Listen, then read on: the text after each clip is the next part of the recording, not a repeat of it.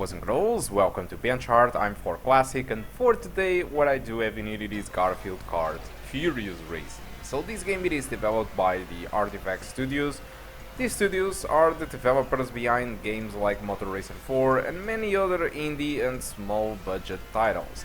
This game it is using Unity, and since today it is Monday, it is time to do a benchmark and see how it runs on our Intel HD 4400 and finding the best and optimal options for playing this game decently. So first of all, what is this game? This game it is pretty much a kart racing. It seems like a ripoff from Mario Kart, but I will explain a little bit further into the video what this game have, how good it is. But let's start with the technical part, since it is probably what you really want. First of all, the requirements. This game asks for an AMD dual core, 2 gigs of RAM and an Nvidia GeForce 9600 GT. This is old stuff, alright? But still, I'm not really sure if even this old stuff can run this game or not. But what I know is that with our Intel HD 4400, you can play the game at the low settings, average of 49 frames per second and with a 1% low of 30s. If you raise the graphics to average, you get a bad experience with an average below 30 frames per second, and if you decrease to very low settings, you only gain 1 frame, and it isn't really worth it since it makes the textures to look much worse. So my recommended settings for this game, it is only to play at low settings, and it is hard to be mistaken about configuring the graphics on this game, because this game doesn't offer any resolution options, any VSync, any frame block stuff. You just have one option where you can select very low, low, average, high or very high. So, did you notice that before showing the results the game was very inconsistent and felt weird? The frame rate was hovering all over the place, but that thing it is normal, alright? But the inconsistency, it is not. And now it feels very consistent. So, what kind of sorcery is this? Well, I will explain. This game comes with a double buffered VSync forced into the game, which means that the game either runs well at 30 or either run well at 60. You can't have a frame rate in between those 30 or 60 frames per second, or it will just feel inconsistent as hell.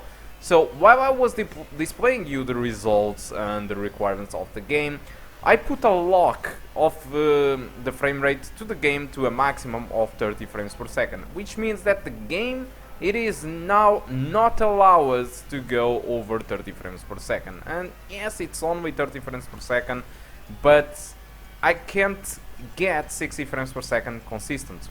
So that's why I decided to lock the game at 30s. And by locking the game at 30 frames per second, it just feels smooth. I mean, if you compare to the beginning of the video where everything seems so weird, right now it is just smooth.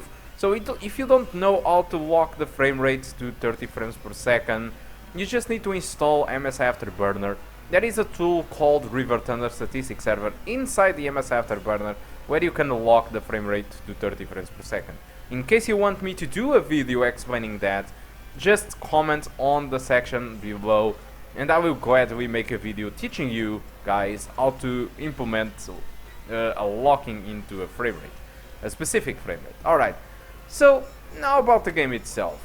You already know that you can play this game decently at 30 frames per second, low settings, but what about the game? It is really a ripoff from Mario Kart. How good can it be? Well, to answer my own question, the game it is actually very good. Most of the Steam users are very satisfied with the game. They are giving a 91% of score. I have been searching Metacritic for many reviewers, but it seems that not many reviewers have tested the game. So I just found a Metacritic score of 69 for the Nintendo Switch, which is not good or bad, it's just an average game, according to Metacritic. But even on Switch, I mean, on Switch they have Mario Kart, the original. So why the hell they would be bothering about Garfield? On PC for example, or on PS4 on Xbox One, the story is different, because we don't get a Mario Kart on PC or on PS4 or on Xbox One. So we really need to play these rip-offs to feel that we are playing Mario Kart. But the thing is, Garfield made it right. I mean, it might be a rip-off, it's true. It might rely on drift just like Mario Kart, and you have those boosts at the start of the race. uh, it just feels right. I mean, it is not just a cheap ass ripoff. Everything done in this game felt right. And not only that, you get 16 different tracks, you get 8 different characters, each one with its own abilities and, you know, characterizations. Ones have more speed, others have more nitro. Each one have its own advantages. You have different 9 power-ups, and you have collectible stuff, which you, for example, stuff to dress your character, different skins and stuff. And all of this without any microtransaction. So spectacular. So what's more, this game brings to the table something that I haven't seen in a long time on a PC. It is split screen multiplayer. So if you are young, probably you don't even know what the hell this is. But this is just on the same PC, you can split screen the screen into 4 players as a maximum of this game, and 4 people can play the game at the same time on the same PC.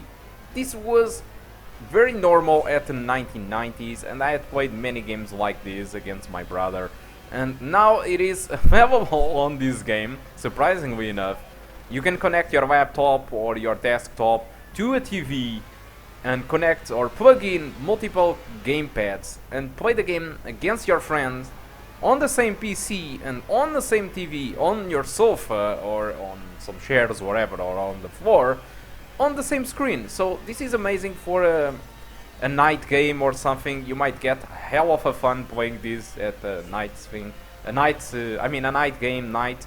So it is very, very fun to play like that. Also, the game features online, just like any other game nowadays. And it is very cheap. It only costs $14.99. I would say that the correct price for this game would be $19.99, but no, it is $14.99.